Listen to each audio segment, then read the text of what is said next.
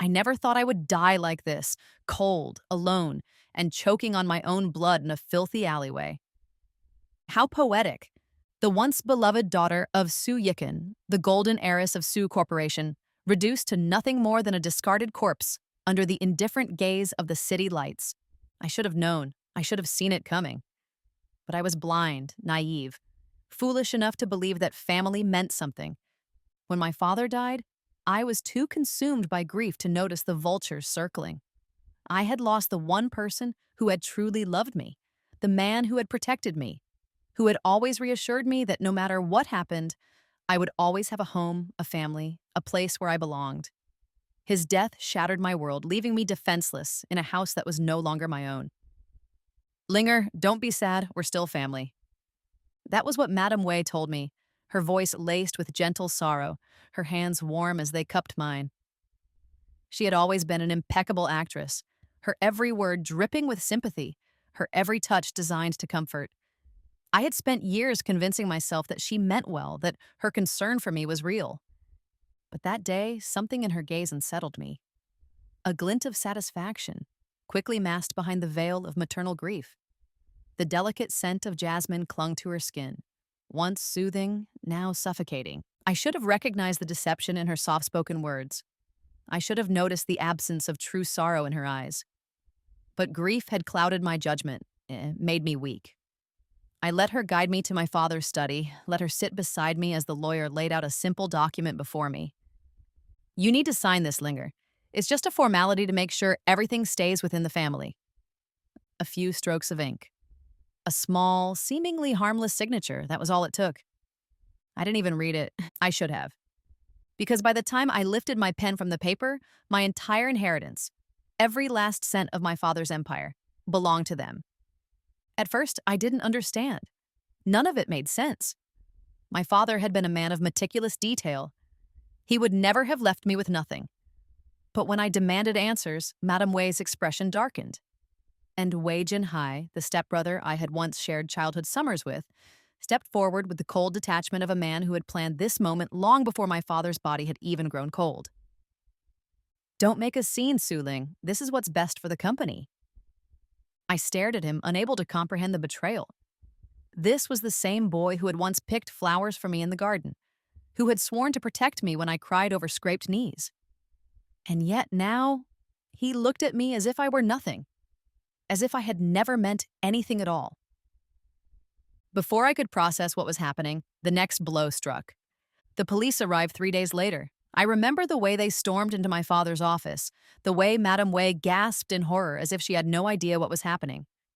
We have a warrant for Su Ling's arrest. The charges, embezzlement. Millions of yuan were missing from the company's accounts, and all evidence pointed to me. Fake signatures, falsified transactions, all so perfectly crafted that even I struggled to refute them. The trial was swift. The media was merciless. The once adored daughter of Su Yichen was now the country's most hated criminal, branded as a greedy, spoiled heiress who had stolen from her own father's legacy. I still remember the way Wei Jinhei sat in the courtroom, his expression impassive as the verdict was read. I remember how Madame Wei pressed a delicate handkerchief to her eyes, weeping as she spoke of how heartbroken she was over my mistakes. The world believed them, and I was thrown away like trash. I spent 3 years behind bars, locked away while my so-called family enjoyed the wealth they had stolen from me. The Su Corporation flourished under Wei Jinhai's control. Madame Wei paraded herself as the noble widow of a great businessman, and the world forgot I had ever existed. There were moments when I thought I might break. When the walls of my cell felt too small, too suffocating, when the whispers of the guards about my stepmother's latest lavish purchases made me want to scream, but I held on. I told myself that the moment I was free, I would fight to take back what was mine, but they never intended to let me leave. The night of my release, the air was thick with the scent of rain, the streets slick and empty. I had nothing, no money, no home, no family waiting for me. My only possessions were the clothes on my back and the faint, flickering hope that maybe, just maybe, I could rebuild from the ashes of my ruined life. I never saw the knife coming. Madame Wei sends her regards.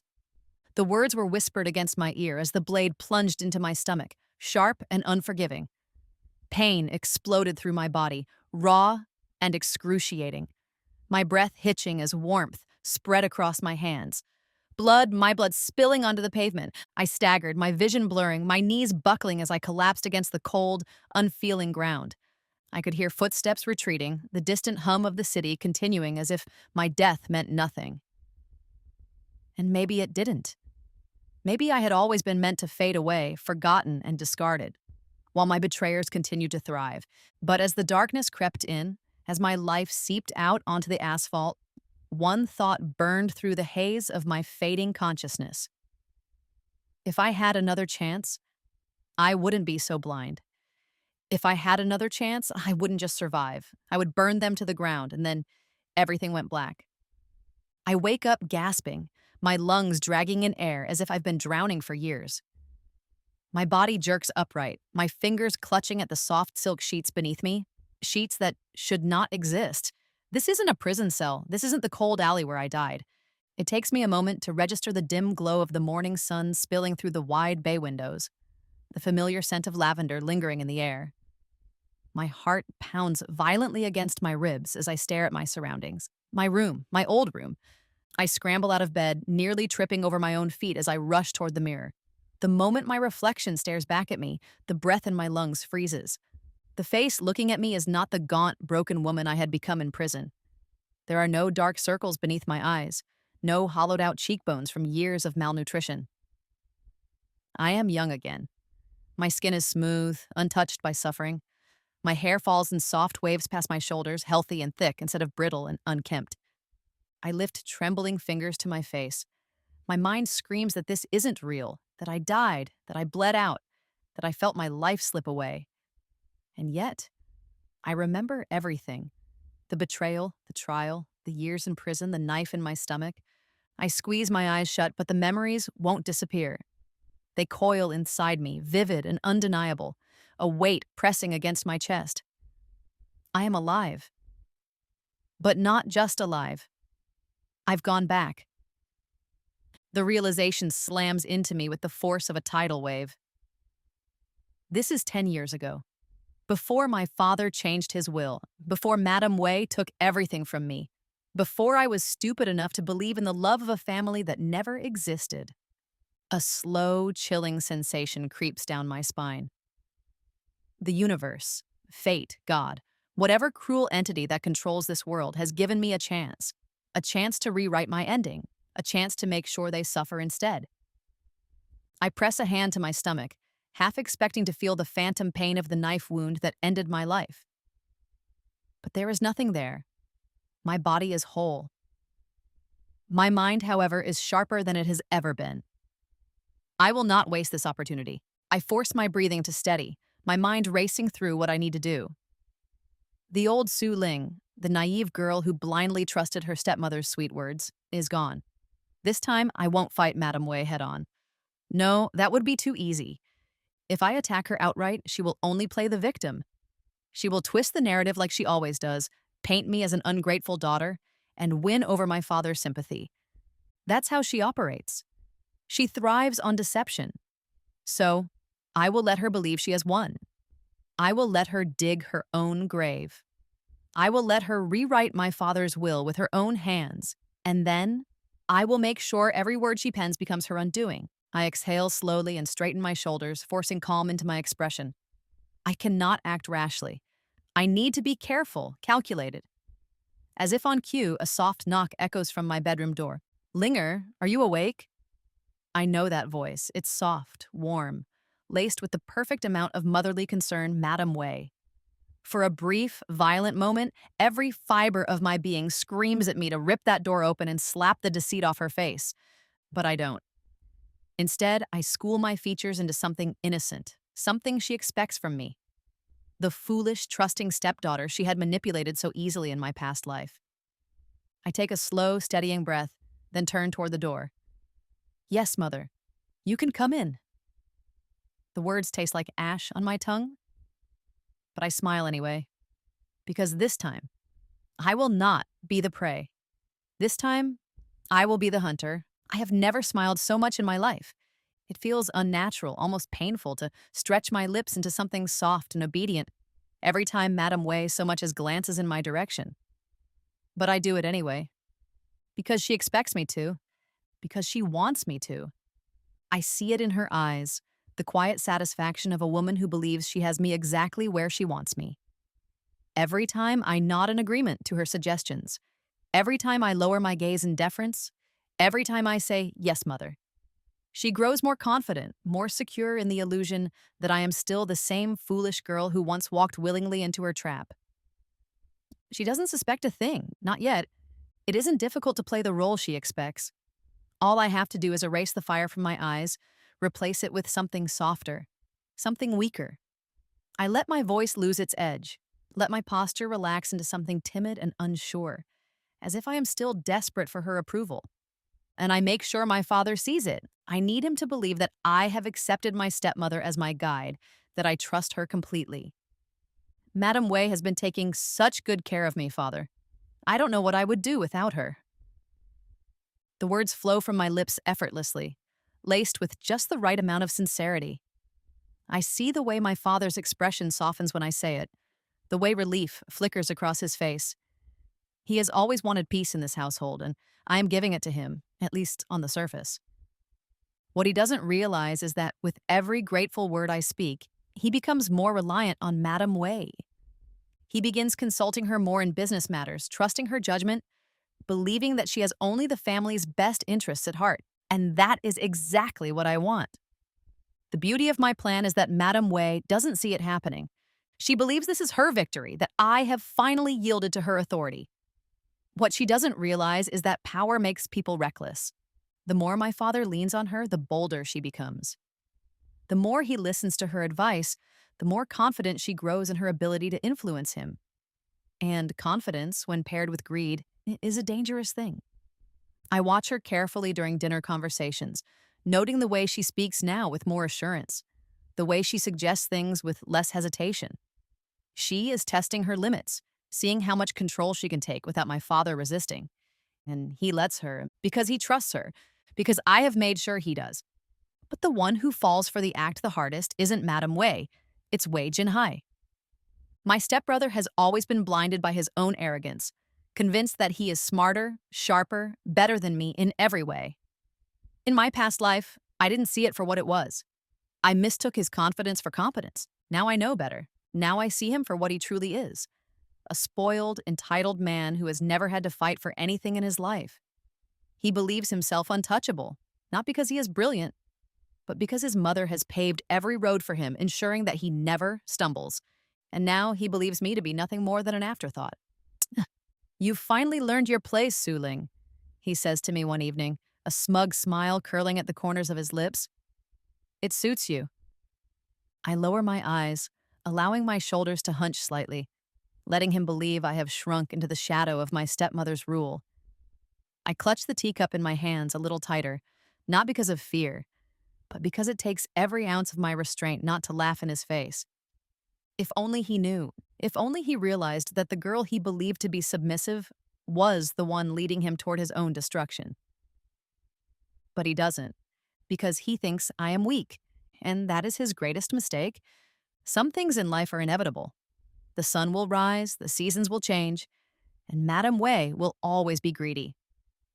That's why I don't need to fight her head on. I just need to give her the illusion of an open door and watch as she runs straight into the abyss, thinking she's walking toward victory. It starts with a conversation over breakfast. I make sure to look casual, stirring my tea slowly as if deep in thought.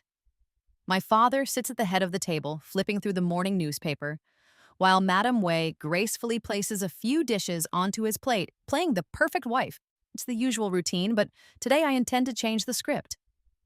"Father," I begin hesitantly, keeping my tone light but contemplative. "I've been thinking, shouldn't we update your will?" The moment the words leave my mouth, I feel the entire room still. My father lowers the newspaper just enough to peer at me over the rim. What brought this on? I feign nervousness, lowering my eyes slightly, twisting my fingers together as if unsure of how to explain. Well, I don't want there to be any disputes in the future. It would be awful if anything happened and people started arguing over the inheritance. I would hate to see our family torn apart over something like that. Madame Wei places her teacup down with the softest clink, but I hear the sharp inhale she tries to disguise. She wasn't expecting this, not from me. After all, the Sue Ling from my past life had been ignorant, uninterested in money, and stupidly trusting. I had never even thought about my father's will, let alone suggested anything about it, but now I am leading her exactly where I want her to go. She just doesn't know it yet. That's a very mature way of thinking, Linger, Madame Wei says, a careful smile forming on her lips. Of course, estate planning is important. Your father has worked so hard to build this empire. It should be properly secured. I nod quickly, eager, almost too eager. Exactly. You've always handled things so well, Mother. I trust you to know what's best for our family. I see the flicker of surprise in her eyes before it is quickly masked with satisfaction. I never called her mother in my past life unless my father was watching. But now, I let the word slip easily, letting her believe I've accepted her as my guiding figure. Madame Wei turns toward my father, placing a gentle hand on his wrist. Dear, perhaps Linger is right. It might be wise to revisit the will and ensure everything is in place. I take a small sip of my tea to hide my smirk. She's taking the bait. Of course she is, because this is what she's always wanted, to secure her hold over the Sue family wealth, to ensure that not a single yuan escapes her grasp. And now, with me seemingly handing her the opportunity, she won't be able to resist. My father exhales, rubbing his temple. I hadn't thought about it, but perhaps it is time. Madame Wei leans in just slightly. It would be a shame if anything happened and things weren't properly organized. She's setting the groundwork already, planting the idea of urgency in his mind. I almost want to applaud her. She really is as predictable as ever. I decide to push her further. Yes, I say, nodding in agreement. And I don't want there to be any confusion about my part in it. Honestly, I don't really care about the inheritance. The silence that follows is beautiful. My father blinks at me, startled. Madame Wei barely contains her glee, her fingers curling ever so slightly in delight. Even Wei Jinhai, who had been quietly scrolling through his phone, looks up in faint disbelief. I force a sheepish smile. I mean, I'll be fine, right? I have everything I need. I'd rather see the company and the family assets go where they're most useful. My father frowns. Linger, don't talk like that. You are my daughter. I know. I cut in quickly, my voice soft and reassuring. And I know you love me, Father, but money isn't everything. I don't need a big inheritance to be happy. I say it so convincingly that I almost believe it myself. But the truth is, I'm lying through my teeth. I do want my inheritance. I do want my rightful place. But more than that, I want to watch Madame Wei destroy herself. And to do that, I need her to think she has already won. I watch as my father considers my words, torn between pride in my apparent selflessness and the natural instinct to ensure I'm taken care of. But before he can argue, Madame Wei seizes the moment. Su Ling is so wise beyond her years, she murmurs, her voice dripping with admiration. Not many young people would think this way. You've raised such a sensible daughter, dear. I barely keep myself from rolling my eyes. She's so transparent, it's embarrassing. My father exhales heavily. All right, he finally says. I'll set up a meeting with my lawyer and go over everything again. And there it is, the exact words I wanted to hear. I press my lips together as if suppressing a pleased smile, then reach for another piece of fruit from the platter, pretending like this conversation hasn't just altered the course of fate. Madame Wei believes she's gained the upper hand. She thinks she has me exactly where she wants me, naive, compliant, and uninterested in wealth.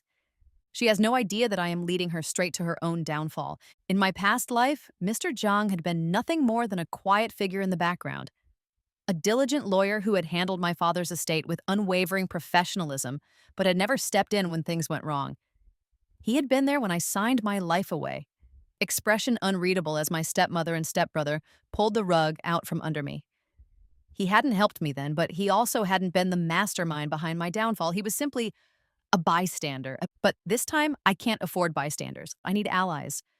And Mr. Zhang, he may not realize it yet, but he is about to become one of my most important pieces on the board.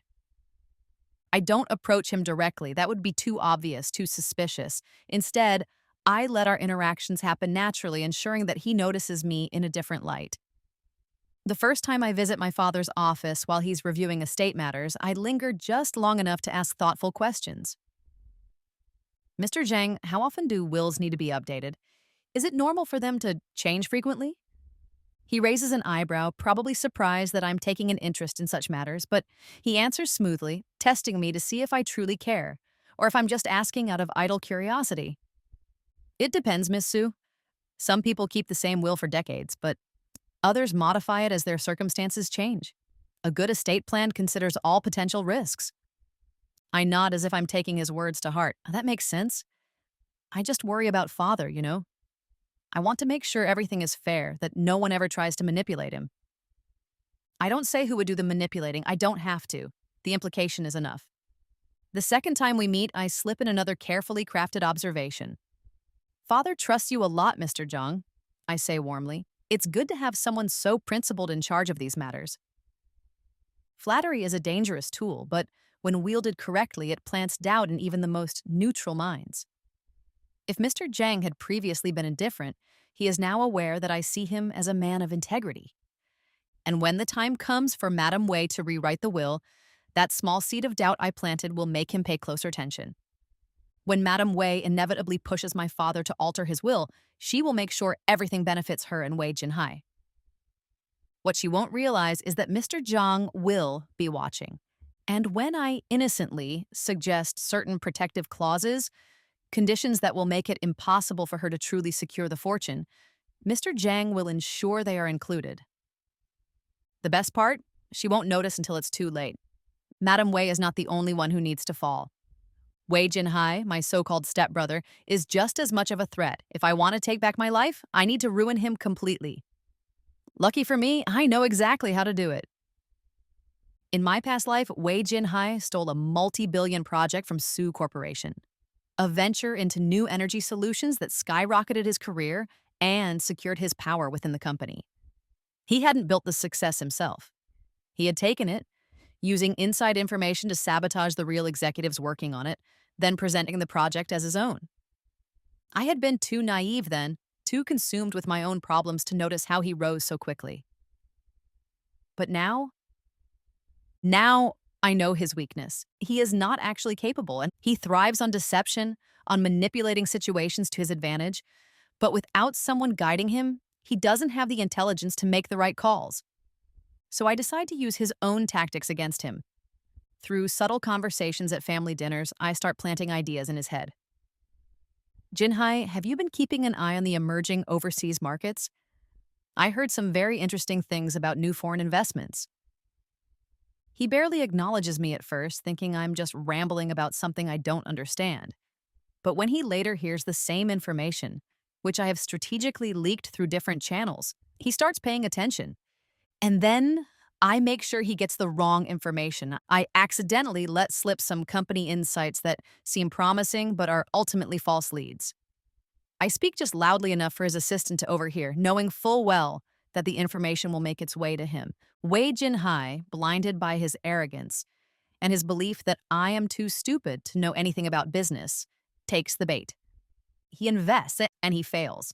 But a few bad investments won't be enough. I need to completely destroy his credibility. So I begin recording everything. Through my connections with Mr. Zhang and a few trusted employees, I gather evidence of his shady dealings. The bribes, the fake expense reports, the embezzlement schemes he thinks are hidden.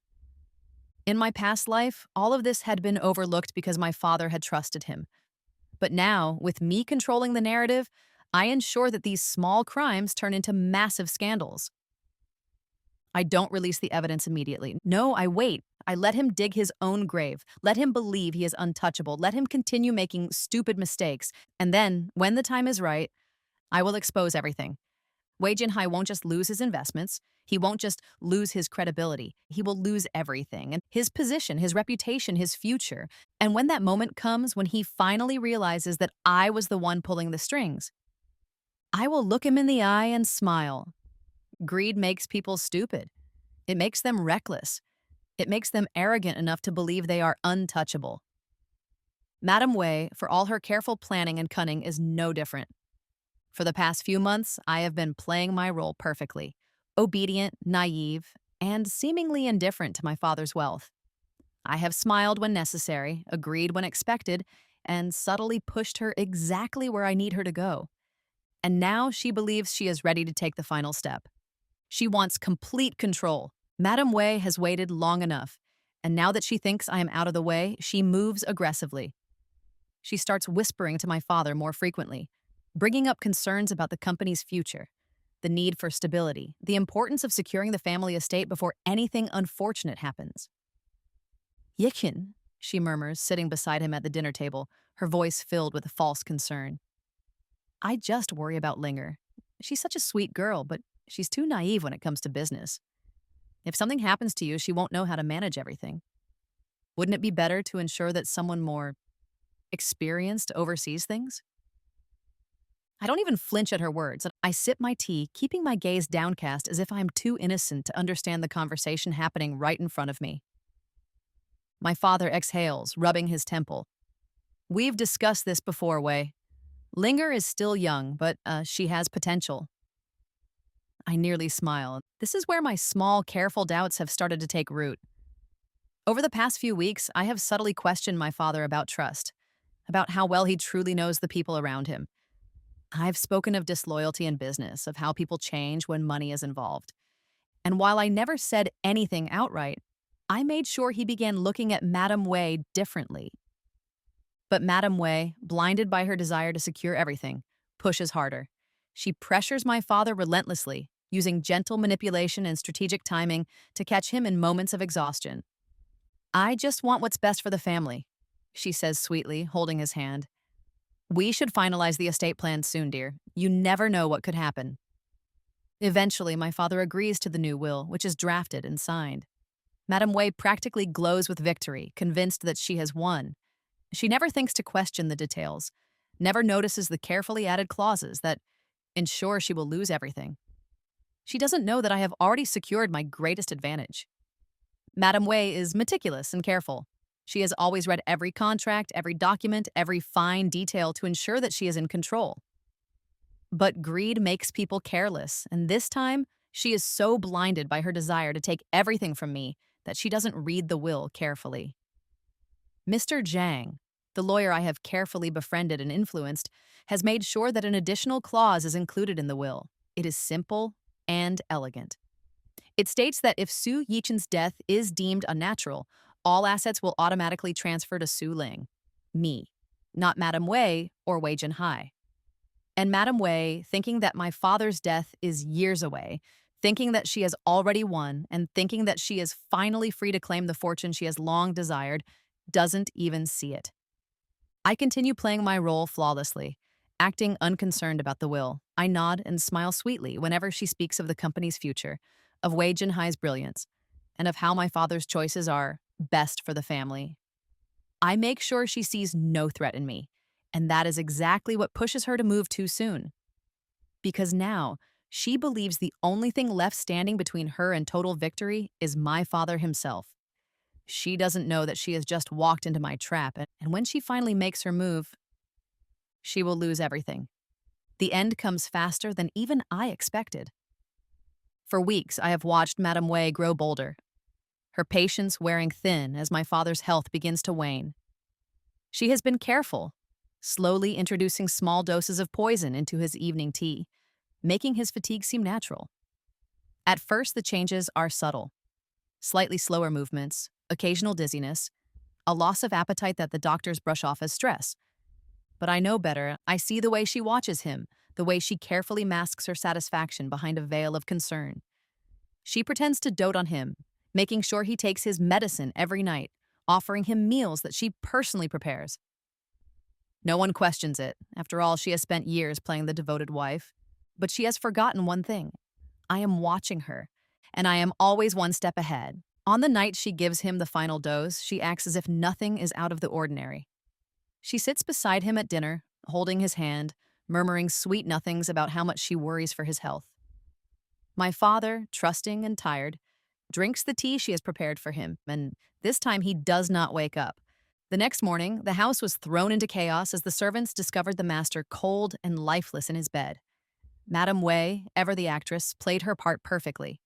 She collapsed in an exaggerated display of grief, wailing as if her heart had been ripped from her chest.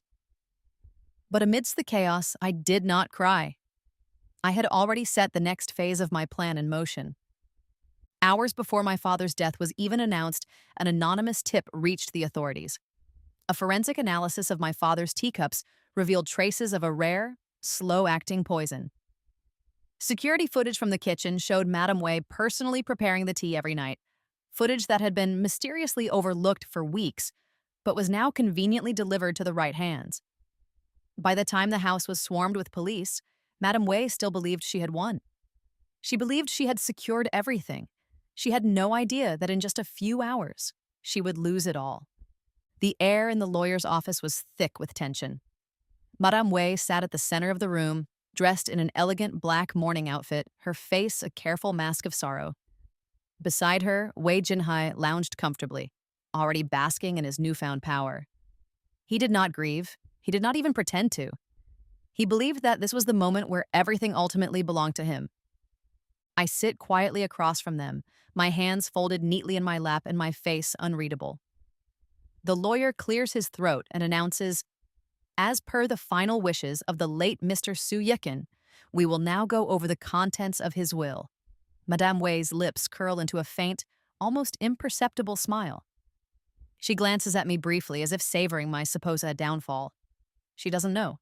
She has no idea what's coming. The lawyer continues reading in a steady and emotionless voice. "To my beloved daughter, Su Ling, I leave."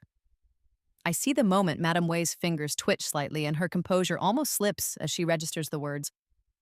"All assets, shares, and properties, including my controlling stake in Su Corporation."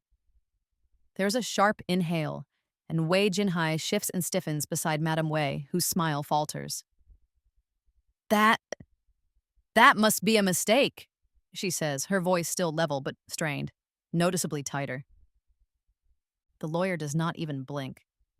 "No mistake, Madame Wei. The will has been finalized under the presence of legal witnesses." Her hands tighten into fists, but she still believes she can recover. "I see, but as his wife, I assume there are allocations for me?" There it is, the confidence creeping back in. She still believes she holds power. She still doesn't understand. The lawyer barely glances at her as he flips to the next page. "In the case of unnatural death or a foul play regarding Su Yichen, all prior claims to inheritance from any parties aside from Su Ling shall be immediately revoked." The room falls silent. Madame Wei stops breathing. Wei Jinhai sits up straight, his brows furrowing in sudden panic. I meet Madame Wei's gaze for the first time that day, and I smile. And right on cue, the office doors burst open. 2 uniformed police officers step inside, their presence like a final nail in the coffin. "Madame Wei, you are under arrest for the suspected murder of Su Yichen. You have the right to remain silent." The words barely register before she lunges out of her chair, desperate, furious, unraveling completely. "No, this is a mistake. This is Linger. Tell them you don't believe this." She still thinks she can manipulate me. She still thinks I am the weak little girl she once controlled. I stand slowly, tilting my head slightly as I regard her. The woman who ruined my past life. The woman who stole, betrayed, and murdered my father. "I believe in justice, Mother," I say softly, my voice a deadly contrast to the chaos around us. "And justice always comes for those who deserve it." Madame Wei screams as she is dragged away, her cries echoing through the halls. Wei Jinhai stumbles after her, his face drained of color as reality finally crashes down on him. I take a deep breath, the weight of my past finally lifting. I have won. And they will never touch a single cent of my father's empire.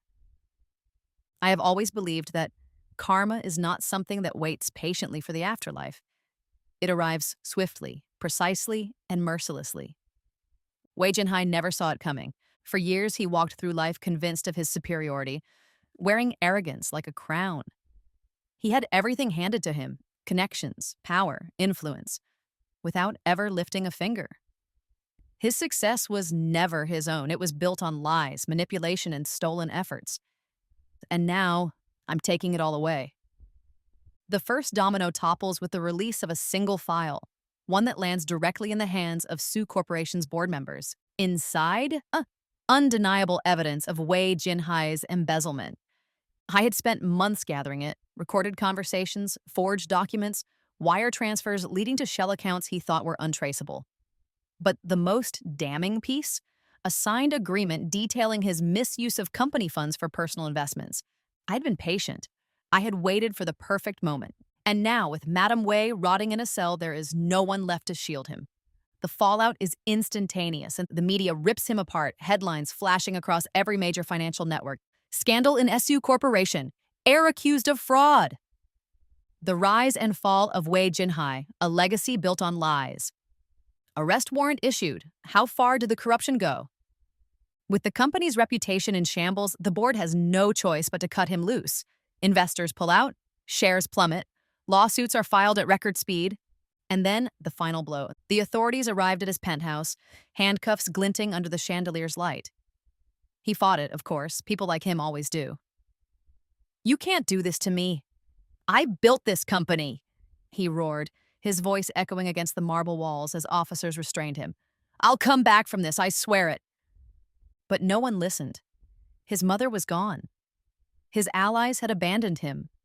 And the company he thought would always be his? It belonged to me now.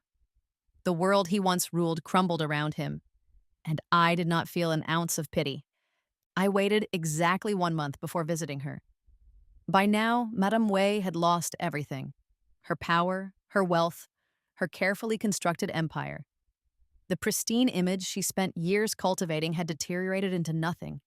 She no longer wore silk dresses or expensive jewelry. There was no more perfectly styled hair, no more poised demeanor. The woman sitting in the corner of the dim prison cell was a shell of her former self. She heard my footsteps before she saw me. Slowly, she lifted her head, eyes dull, lips cracked from dehydration. And when she realized who was standing before her, something inside her ignited. "You!" Her voice was hoarse, rough with the weight of sleepless nights. "You did this to me." I didn't deny it. I stepped closer, watching as she flinched. The same woman who once held absolute power over me, now cowering in my presence. "Did you really think you were the mastermind, Mother?" I whispered, my voice soft, almost sympathetic. "In the end, you were just a pawn." Her breath caught. I saw it, the moment she realized the truth. She never had control, not really. I was always one step ahead. Every move she made, every decision she thought was her own, every scheme she set into motion, had led her exactly where I wanted her to be. This entire time, she thought she was playing the game. But the reality is, I was the one moving the pieces. Her fingers tighten into fists, but there is no fight left in her. "You'll regret this," she rasps, her voice barely above a whisper. "One day you'll see. You and I, we are the same." I smile, the kind of smile she used to wear. "No," I say simply, tilting my head. "You lost because you were selfish. I won because I was smart." And with that, I turn away. I do not look back as the cell door closes behind me. I do not spare her another glance. She is nothing now, and me? I have finally taken back everything that was rightfully mine.